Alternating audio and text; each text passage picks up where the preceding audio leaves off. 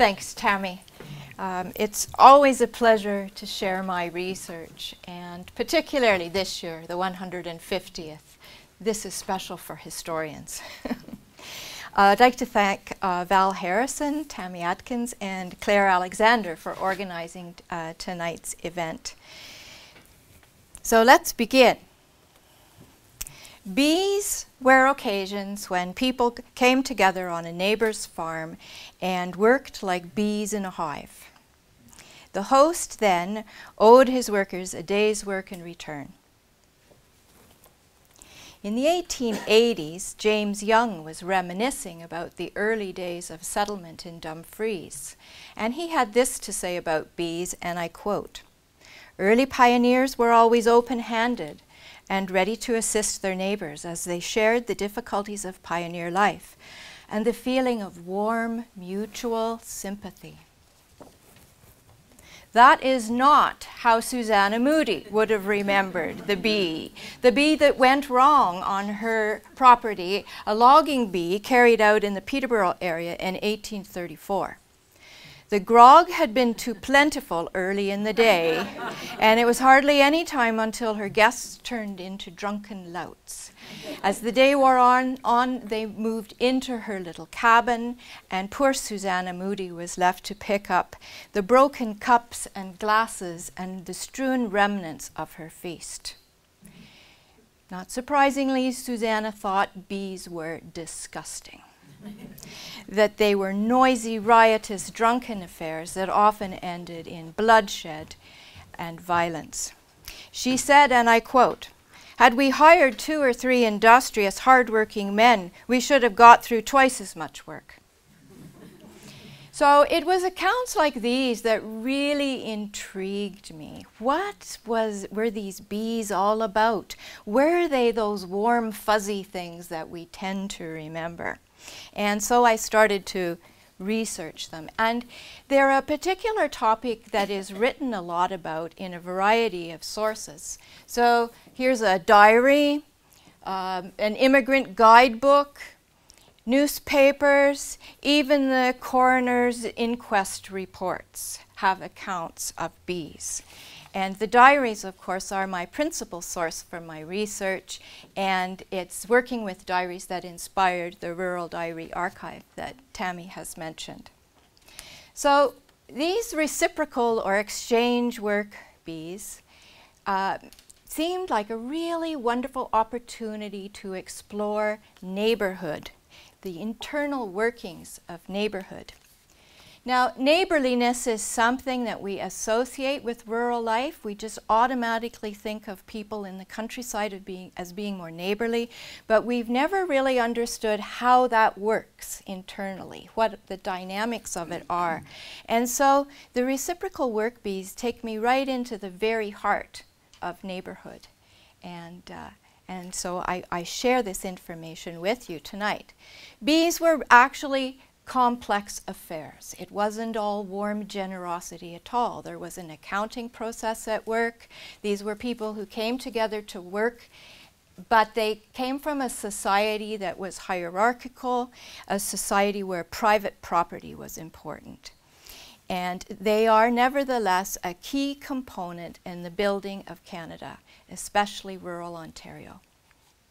So my presentation is about these work bees, and one of the first points I want to make is that they're basically an informal labor exchange in the local areas.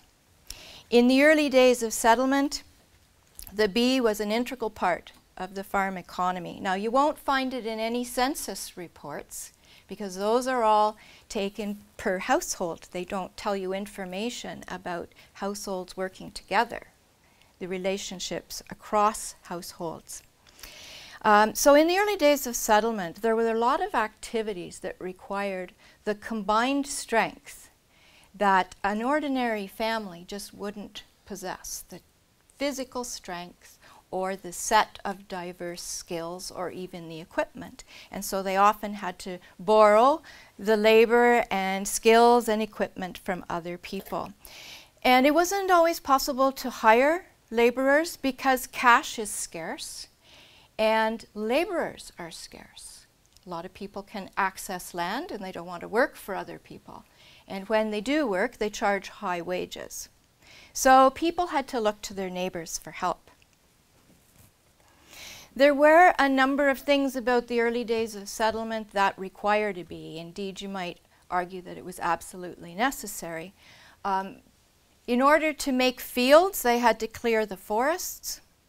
Now, you could do that on your own with your family if you had some big strapping sons, but it might take you 5 to 7 years to clear 5 acres. But if you had a bee, you could call in 16 or 20 men and you could log up 5 acres in 1 day. So that was efficient. And you can see the physical strength here that was necessary because those logs would weigh tons. Another, after they'd logged the fields, then they had to get rid of the stumps, and this required equipment, so you'd hire the stumping machine, and the men would come the day that you hired the machine and help with that. And you can see in this illustration that they bring their oxen. A team of oxen was the same value as 1 man working. Absolutely necessary was the house-raising bee, and you had to have a bee for it to get those logs up. So log houses and log barns required a bee. And in this case, it was usually 16 men and 4 yoke of oxen. And they would hoist those logs into place. By the 1860s and 70s, they're starting to replace these log barns with the timber frame barns. And those would take anywhere from 60 to 100 to even 200 men, depending on the size of the barn, in order to erect the basic structure, the timber frame that goes up. There was really no other way to do that. So when you're driving through Wellington County and you see those beautiful old barns, a bee has been held for nearly every one of them. The strangest example I came across that involved combined strength was a house-moving bee in Sheffield, and you can see everybody donated their teams of horses for that event. There were other kinds of work on the farm that required speed. And it made sense to hold a bee. So all sorts of things involved with harvest. Harvest was a time when you wanted to get your crops in quickly before the weather changed or before they got overripe. Or maybe you had paid for the threshing machine to come to your farm for the day and you wanted to make the most of that, and so you'd gather together men. So there are haying bees and mowing bees and threshing bees and a variety of other harvest-related bees. And then when we move into the early 20th century and they put up the silos, they have silo-filling bees because, again, they rent usually the equipment for the day and they want the job done quickly. Then there are bees held other times in the year for a variety of activities, and these aren't what you'd call necessary, but they're usually held for tasks that are so monotonous and so mind-numbing that having the sociability of a bee helps to spur the work on. So sometimes they would have spinning bees or walking bees or rug making bees. The women would have those. There were some bees associated, lots of bees actually, associated with wood, harvesting the wood and cutting it for the wood stoves in the winter. You can see all the men bringing their saws.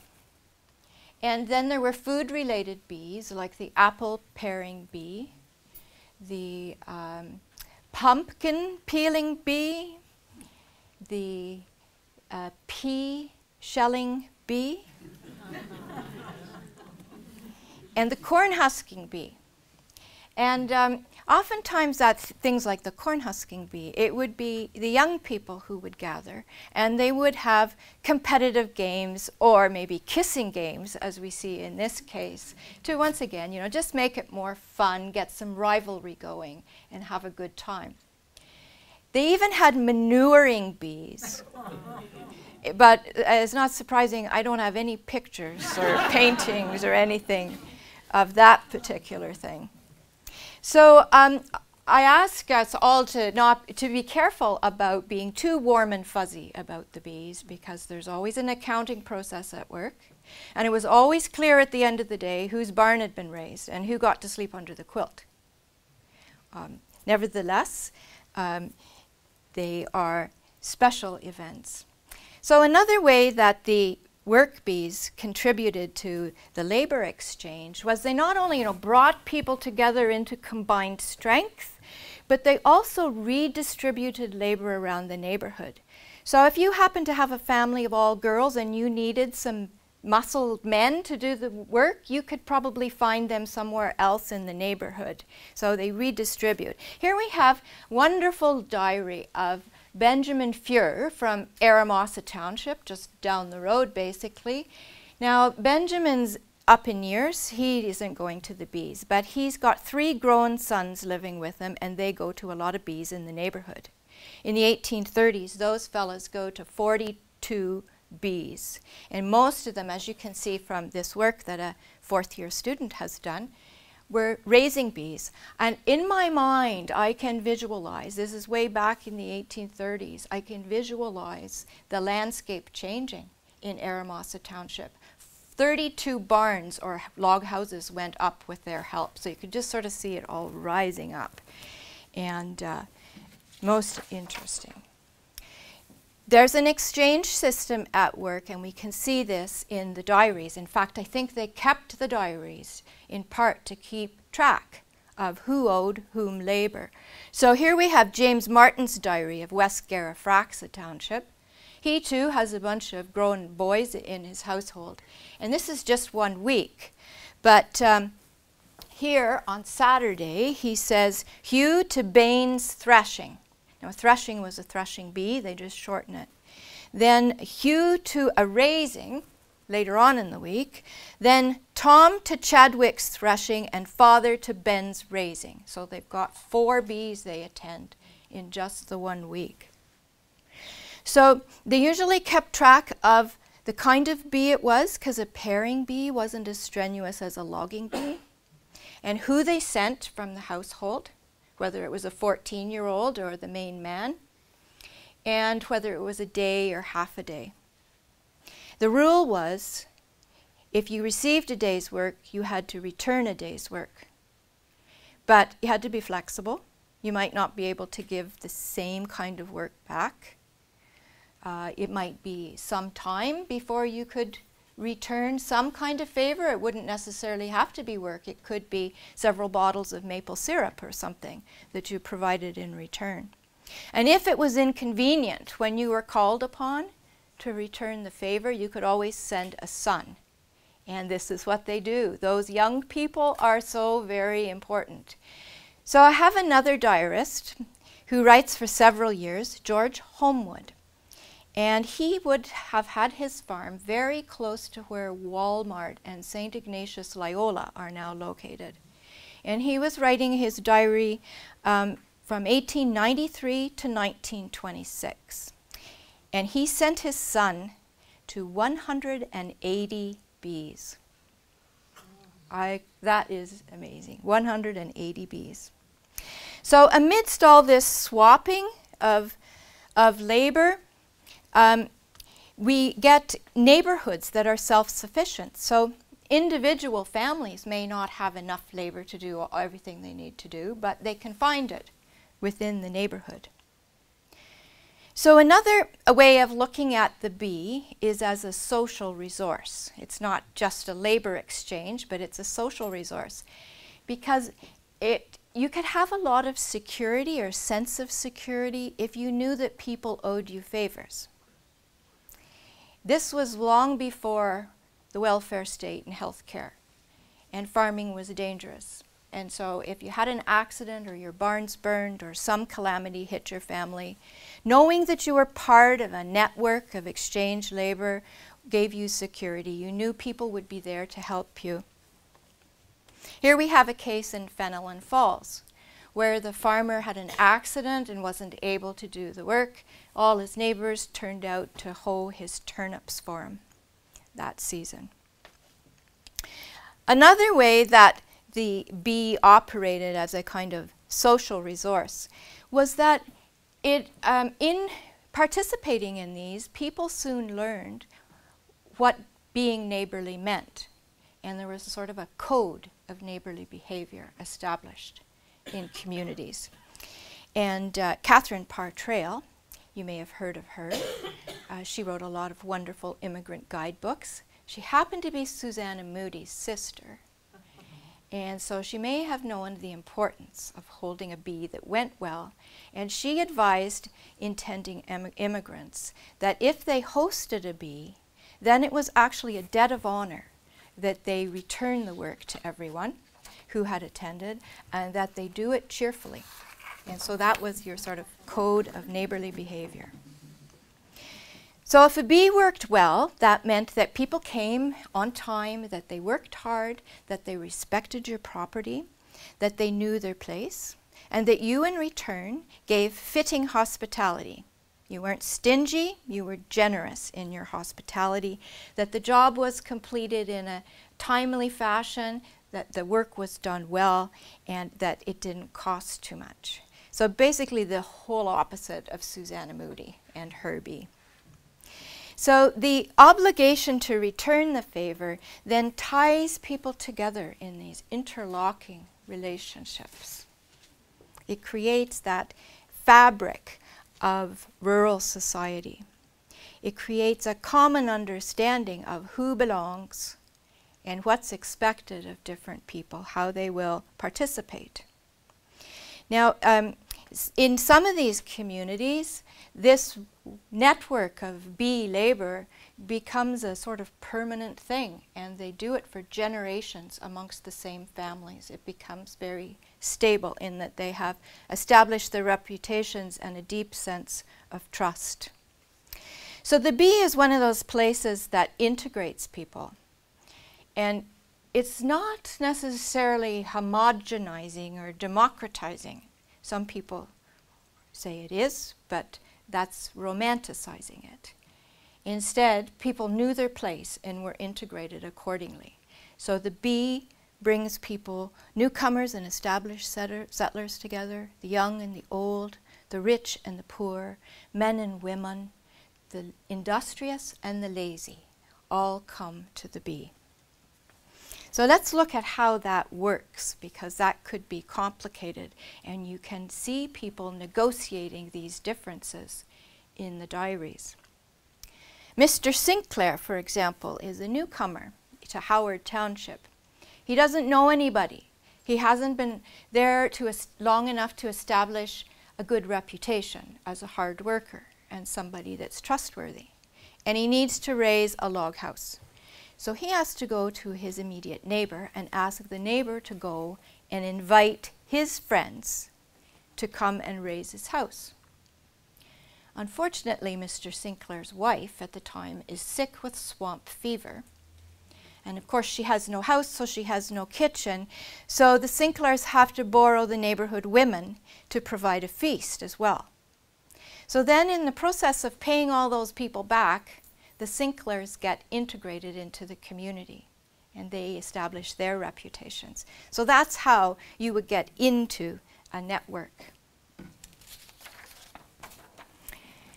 The bee incorporated people of all ages too. So if we take, for example, the logging bee, there would have been little boys out there, but they'd be on the edges, they'd bring water to the bigger men, they would throw sticks into the pile. Once they reached the age of about 14, they were allowed to drive the oxen. They were considered men at 14, but they're really not strong enough yet and wise enough in their decision making to take their place with the heavy logs. You had to be an experienced man in your prime to handle those logs.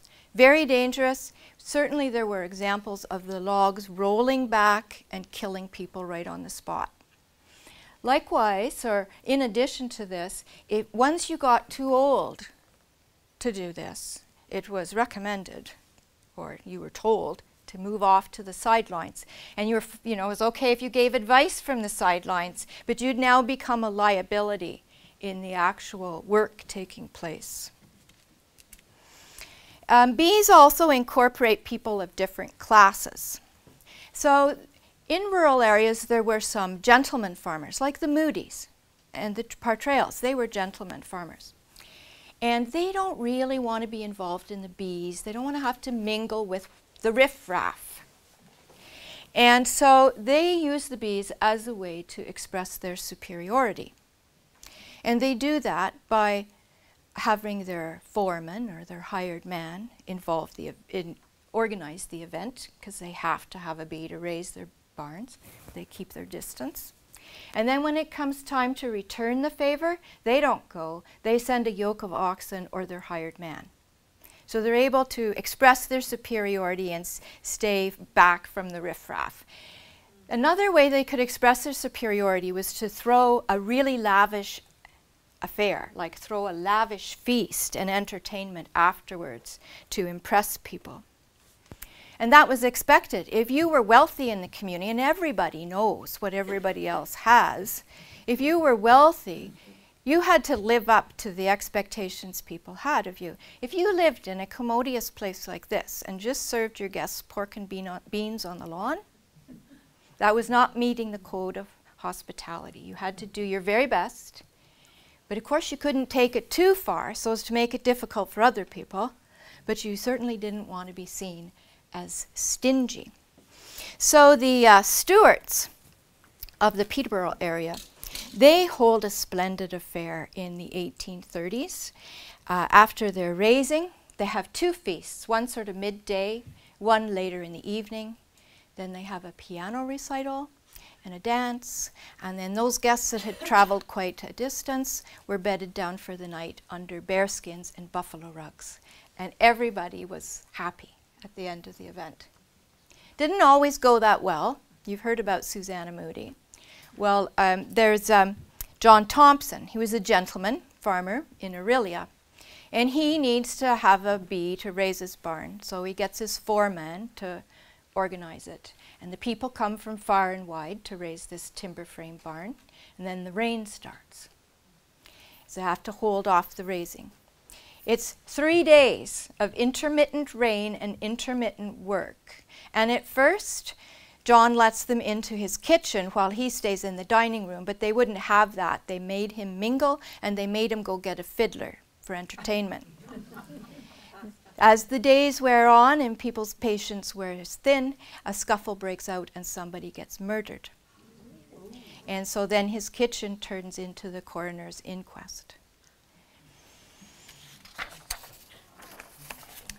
The bee also incorporates men and women. So some of these bees were, the main physical work being done would be all about men, like the barn raising or the logging bee. But the women are there. They're a very important audience, and they provide the feast afterwards. The logging bee in particular was all about men. It had all sorts of rituals of manliness and competition. The men would form gangs in the field. They'd each have their own section, and then they'd compete to see who could log up their section first. That is, rolling all the logs into place to be burned. These bees usually took place in the hot months of July. They started the day by serving grog. They thought that the whiskey gave them energy. And then there was a grog boss, and he served whiskey throughout the day. And this is dangerous, hot, horrible work. And so men gain and lose reputations at these events for being the strongest, the most skilled, the most level-headed, given the sort of horrible working situations. And then as nightfall comes, they can gain or lose their reputations again in the hard drinking and competitive games that then ensued. And by that time, they would light the fires, and before long, they were covered in soot and blackened. And all you could see were the whites of their eyes. And this was a good time to settle old scores anonymously. You can see the women. They're back in the doorway. they'd bring out the water and they'd watch, but they were on the sidelines. The women, though, are involved in the sort of grand finale of the day, and that is the feast. And this is terribly important. The feast is the first installment in the whole payback system. It's your first way of thanking your workers for the work they have done. And so here we have the threshers being fed in Harriston in 1901.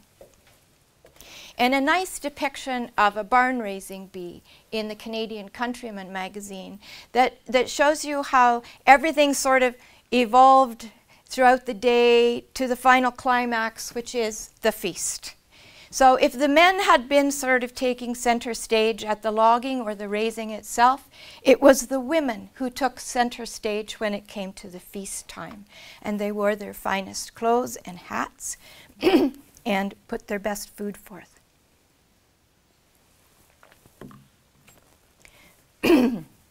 If logging and barn raising are men's bees, then the quilting is the woman's counterpart. And you can see how different ages get incorporated. This little girl, she's just the right size to go under the quilting frame, and her job is to pick up any stray needles. And just as a barn raising would have a main man giving directions, you have a main woman, a queen bee at the quilting. Here we have her. And then as the women got older, maybe their eyesight failed and they couldn't manage those tiny little evenly spaced stitches, they could still come, but they'd be on the sidelines doing something else, providing some conversation. So if the men are valued for their strength, the women are valued for their sewing skills, their conversation, their hospitality. That's where they excel at these things. Quilting bees eventually evolve into all-female affairs, but in the 19th century, men were often involved too, and sometimes they'd hold a bee, and they would hold it by age category. So there might be a bee for elderly women, or there would be a bee for unmarried young women, and if that was the case, there were sure to be men involved. The young men, the eligible young bachelors in the neighborhood would be invited. They'd sit around the edges of the wall. They'd thread the needles for the women, and they were there to admire them and to observe just how fine these young women were. And they were there to eat at the feast and enjoy the party afterwards. So this was courtship under the supervision of the community. So one contemporary claimed that the bee was the fete, the town hall, the labor convention of the whole community, and I agree. Now I want to zoom in. I've been talking about bees generally, but now I want to, oops, look at here. This is a feast after a quilting bee, and look who's doing the serving. Roles reversed. So now I'd like to zoom in and share with you my great-great-grandmother, Lucy Midda, who had a diary from 1884 to 88. And this diary inspired my work on reciprocal work bees and the Rural Diary Archive website. And it's the first diary I ever read. Lucy, when you examine her diary, you can see that everyone in her household was part of the bee network, but each person participated in a different way, and they brought in their own social network to the bee in a particular manner. The men in the diary over the 4 years attended 14 bees, and the women attended 16 bees. Lucy at one point said, "Too many bees and not enough honey." So the entire family's drawn in. This is Charles, her eldest son. He was the household head at the time because Lucy's husband was dying. And he's also going to be the heir of the farm. So he goes to all the important bees in the neighborhood, those red dots that you saw. It's a small neighborhood. He goes to all of the important ones. It's important to show respect for these networks. Some of them had gone back to his grandfather's time, and Charles is the heir. He's looking towards his future, and he wants to respect and confirm those kind of relationships because they're so important to his future too. Now I mention this, he's 36 at the time. I mention this because his younger brother Ezra provides a different example. He's 20, he's just come back from California. He goes to 2 raisings and he goes to a pairing bee, that's it. Charles wouldn't even go to a pairing bee because that was for young unmarried men. But Ezra's unmarried, he's looking for a wife, he knows there's going to be girls there, so he goes. He's just not as involved. He doesn't have the same kind of commitment. He's not going to inherit the farm. He's more interested in California, going to find his fortune there. Then there's Lucy herself. She only goes to 2 bees. She's in her 60s, and she goes to the bees where she's got friends her own age. In contrast to Lucy is her daughter Tori. Tori goes to many bees, I think 14. She goes to as many as her older brother Charles. And they're as important to her as they are to him. She goes to the women's bees. So she goes to different households. She goes to households that have girls her age, that go to church with her or go to school with her or are her older sisters who are married and have moved away from home.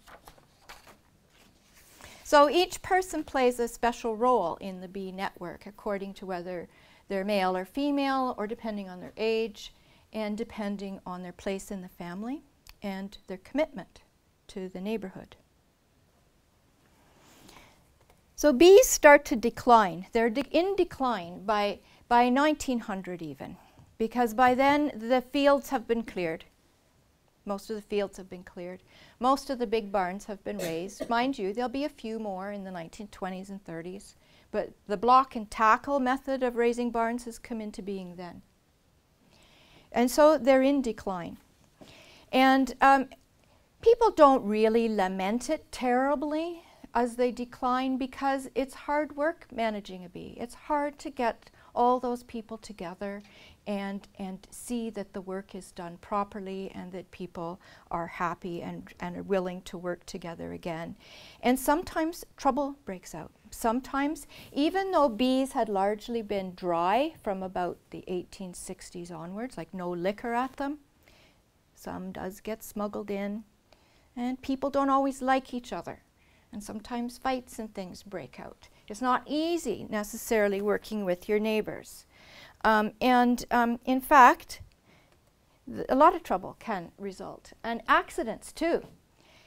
This dangerous work, sometimes things are wet, slippery, sometimes people are inexperienced and people make mistakes. So here we have William Tryon, who's killed when at a raising, when one of the bents falls on him, and he leaves behind a wife and 10 children. Oh. Here's Mr. MacDonald of Bathurst. He's at a chopping bee, and a tree falls on him and kills him. So, you know, it could be pretty exciting at these bees. So, you know, people all together and a real buzz in the air and shenanigans, people showing off, like these 2 characters at the top. And so the coroner's inquest has, you know, several examples of people falling to their death from the top of the barn. Or an axe or something falls from the top of the barn to someone below and hopefully misses them. So the barn raisings were dangerous. And so too were the threshing bees. They were notoriously dangerous. If you were a thresherman, chances were, like if you were the guy that owned the rig and was going around to the farms, chances were you had an arm or hand or something missing.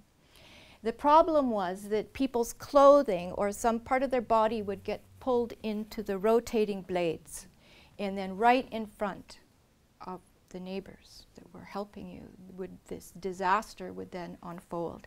And this is long before they have police forces or first response, and so the neighbors are the ones that have to attend to the situation. And then there are fights, and I've even come across 17 murders that are associated with bees, 2 of them in Wellington County. Often this was a result of a dysfunctional marriage or a dysfunctional neighborhood. So when you considered all these things, people often heaved a sigh of relief when their bee was over and it had transpired without any kind of incident taking place. And once they had enough cash, and people are gradually entering the market economy in a larger way and selling things for cash, and it's just a lot easier to go hire people and pay them money, and that's an immediate exchange. You don't owe them any work down the road. It's not inconvenient. Bees continue right up to the 1950s and 60s. Threshing bees are one of the last ones to go, and they start to disappear with the combine. That pretty much puts an end to them. Some of the women's bees continue, but they're different in the 20th century. It's no longer so much that the women get together for a quilting bee to put quilts on their own beds. They can buy comforters from Eaton's catalog now and things.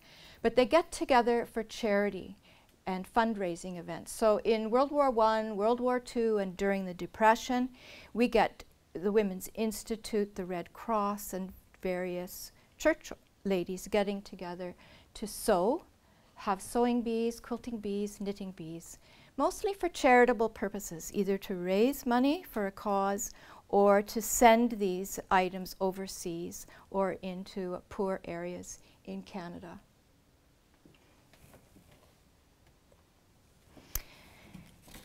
So long after the bees become a thing of the past, they continue in the historical memory. We continue to think of them. And I guess it's not surprising that we think of them with a warm, fuzzy feeling when we retell these stories. Nobody really wants to hear about the hard facts of organizing these events and equalizing exchanges and things. But they were indeed, you know, the grit, the bone and sinew of these kinds of relationships. So now I'd like to introduce you to the Rural Diary Archive. I'm nearing the end. This won't be too much longer. But these are the diaries that have formed the basis of my research. I created the Rural Diary Archive back in 2015 because I wanted to share these diaries with the public. The website now has over 150 diarists listed on it from Ontario, and some of these people have maybe written for 40 years of their life, so there's a lot of diaries there. The website also has an increasing number of 19th century diaries available in full text online, so you can read them, you can search for your favorite topics, and you can transcribe online. So when I say transcribe, I mean you read the handwriting and then you type out the words, and then immediately other people can read and search that material. So it's a timely project because you can see this is a beautiful old diary from 1845. You can see it's getting brittle. The ink begins to fade with time. And to my dismay, my students struggle now with reading handwriting. And so really, you know, if we don't do something, the scholars of the future aren't going to bother with these records. And when you open them, they're pretty mundane. And it's pretty easy to close them up again and miss all of the wonderful information that they have inside. None of this would have been possible without the generous support of Ruth Redelmeyer and also the technical support of the University of Guelph Library and the archives. And then I have to mention all the participating museums and archives across the province who donate diaries, and private individuals who come forward to donate diaries. This is an ongoing project. It's just started and it's ongoing. I'm always looking for diaries. I want to give them a good home. Okay, so this is what the front page looks like on the website, and you can do a variety of things there. Maybe you just want to find out who's there and if I have any diaries from your county, in which case you would click the yellow area, Meet the Diarists. And there you go to a full list, and I've written in Wellington County, And I've put a list of all the Wellington County diarists over there on the black table, should you want to look at and just see what we have there. The Wellington County Museum and the Archives of Guelph have been really generous in sharing material with us. If you click on a name, up comes more information about the diarist. This is James Bowman. He lived up in the north end of Guelph, maybe Paisley or thereabouts, and on a farm, and he was known internationally for his Black Angus cattle. In fact, he's an inductee into the Agricultural Hall of Fame, and we are right this week scanning his diaries to upload to the website, so you can find out more about him. You can also search right from the main page, so if you want to search your family name, Wilson, for example, or if you want to search something like Guelph, I put in Guelph here. Lots of information about Guelph. This is a rural diary, so it's sort of the surrounding townships, but these people come in on a regular basis. So here we have Duncan McFarlane from Puslinch Township, 1878, he says on the 16th, "This is a fine day. I went to Guelph with some articles for the Central Exhibition." And even earlier, 1857, this is, you know, before Confederation. We have William Sunter of Aramosa Township, wonderful diary. This big an entry nearly every day. He writes, "Uncle Michael and Isabella have been at Guelph today. They had a load of potatoes with other things to dispose of. They saw Guelph show when in." And you can transcribe, and this is the exciting part. If you're interested in transcribing, I've brought how to get started sheets, or you can just go to Getting Started when you would like to. It's free. You don't need to set up an account. You just follow the instructions. You can poke around for an hour and be gone, or you can get hooked like some of my students. I had some students doing some transcribing this winter, and one of them over the course of 4 months transcribed 50,000 words. I said, "When do you find time to do this?" She said, "I do it when I'm on the bus. I do it when I'm in between classes. I can't stop." They were good gossipy diaries, I must say, that she had. Already volunteers have transcribed 2,600 pages to date of these diaries. This year, as a special tribute to Canada's sesquicentennial, we're featuring some diaries from 1867. And Ryan Pariani, you want to stand up? Last summer, Ryan worked on these. He transcribed some of them, he wrote up profiles of the characters, and we're proud to have them up. So this is what you see. This is 1857 actually, but this is what you see when you go in there. You get the whole page, and then there's your transcription box, and you can move it around and you just type away right online. So from 1867, I pulled up William Beattie. He's from Nickel Township. This was donated to us by the Wellington County Museum. On the 6th of February, he says, "Was at Guelph Fair and bought a mare for 140, very fine day." My favorite one, though, is James Cameron from Glengarry County. And on Dominion Day in 1867, he writes, "Dominion Day, shooting bred the pig."